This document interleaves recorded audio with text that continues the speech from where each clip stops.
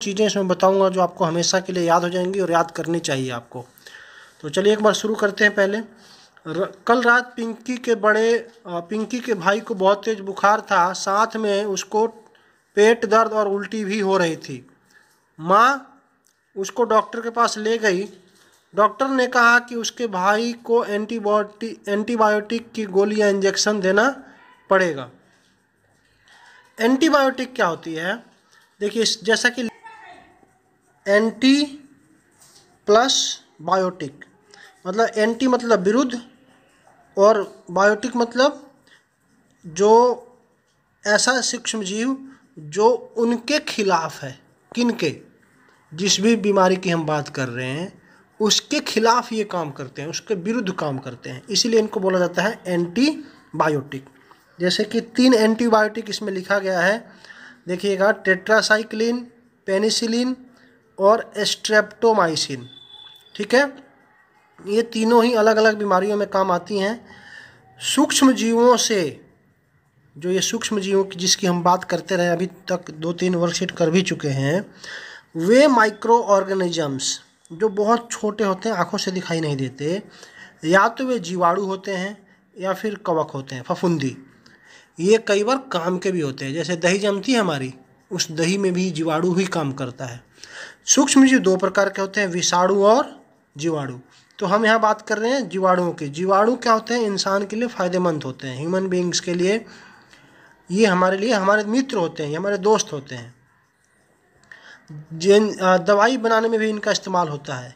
यह बीमारी पैदा करने वाले जीवाणुओं को नष्ट कर देते हैं, उनको खा जाते हैं अथवा उनकी वृद्धि को रोक देते हैं। कैसे, ये समझिएगा। पशु पक्षियों या पौधों में भी रोग नियंत्रण के लिए एंटीबायोटिक का प्रयोग किया जाता है। हाँ जी, जानवरों में और पौधों तक में इन एंटीबायोटिक्स दिया जाता है। एंटीबायोटिक क्या होता है ये समझिए पहले। जैसे मान लीजिए कोई बीमारी है, आजकल कोरोना की बीमारी चल रही है ना, तो कोरोना का जो वायरस है उसी वायरस का मृत वायरस या फिर कमज़ोर वायरस, कमज़ोर होगा तो मर जाएगा ना आसानी से, और लेकिन ये टेस्टेड होना चाहिए कि हाँ वो मर ही जाएगा या फिर वो मृत है, तभी सफलता मिलेगी, अन्यथा उल्टा पड़ जाएगा। तो जब इंसान को इस चीज़ की सफलता मिल जाती है, उसी वायरस का थोड़ा सा हिस्सा वो इस तरीके का पाले जो या कमज़ोर हो, मतलब है ना, जो या फिर जो मृत हो, और उसको ही वैक्सीन के रूप में बनाया जाता है, डेवलप किया जाता है और शरीर में डाल दिया जाता है। इससे क्या होता है, हमारा जो शरीर है उससे लड़ता है। किससे? जो ये डाला गया है, ये मृत या फिर कमज़ोर वायरस। और जब हमारा शरीर लड़ेगा तो उनको क्या करेगा, हमारा शरीर उनको मार देगा।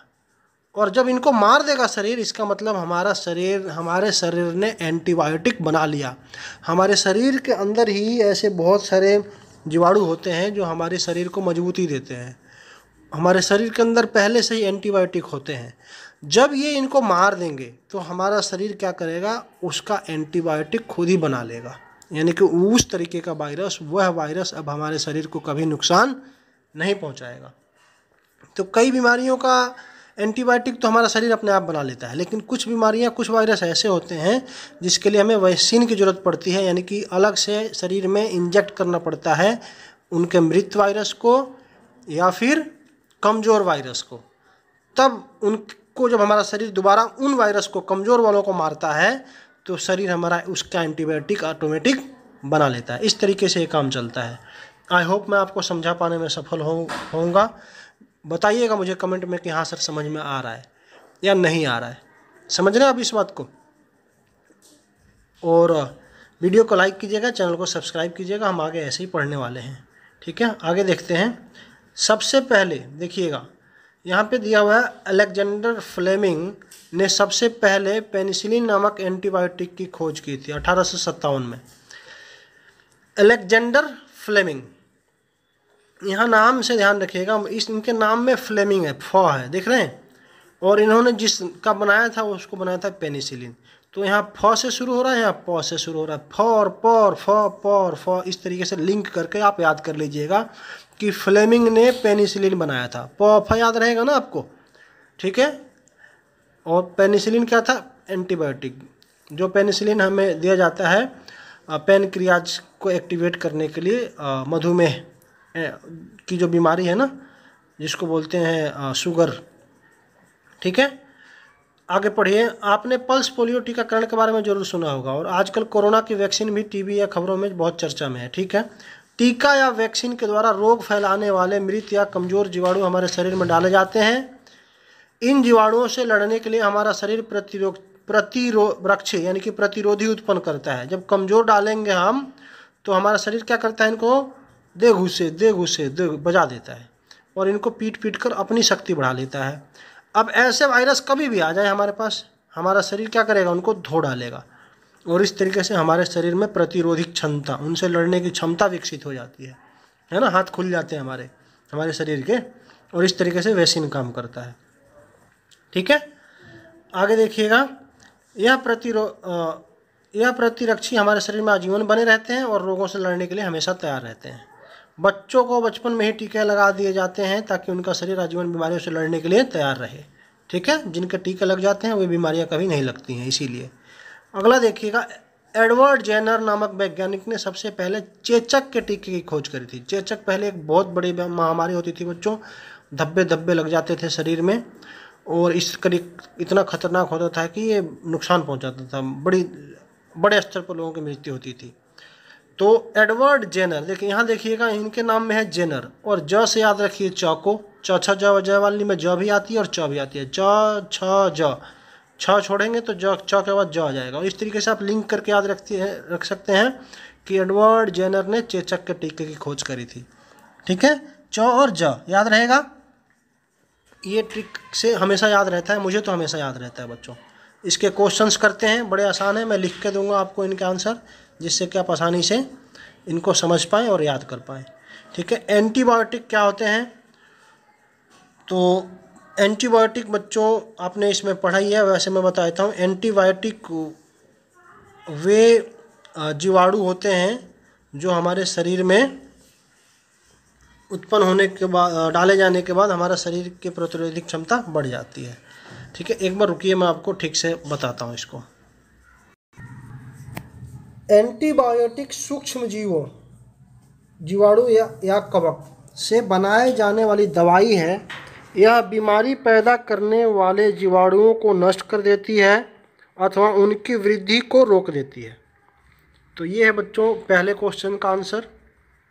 दूसरा क्वेश्चन देखिए, किन्हीं 3 एंटीबायोटिक के नाम बताइए। तो इसका आंसर लिखेंगे आप ऐसे, एंटीबायोटिक के नाम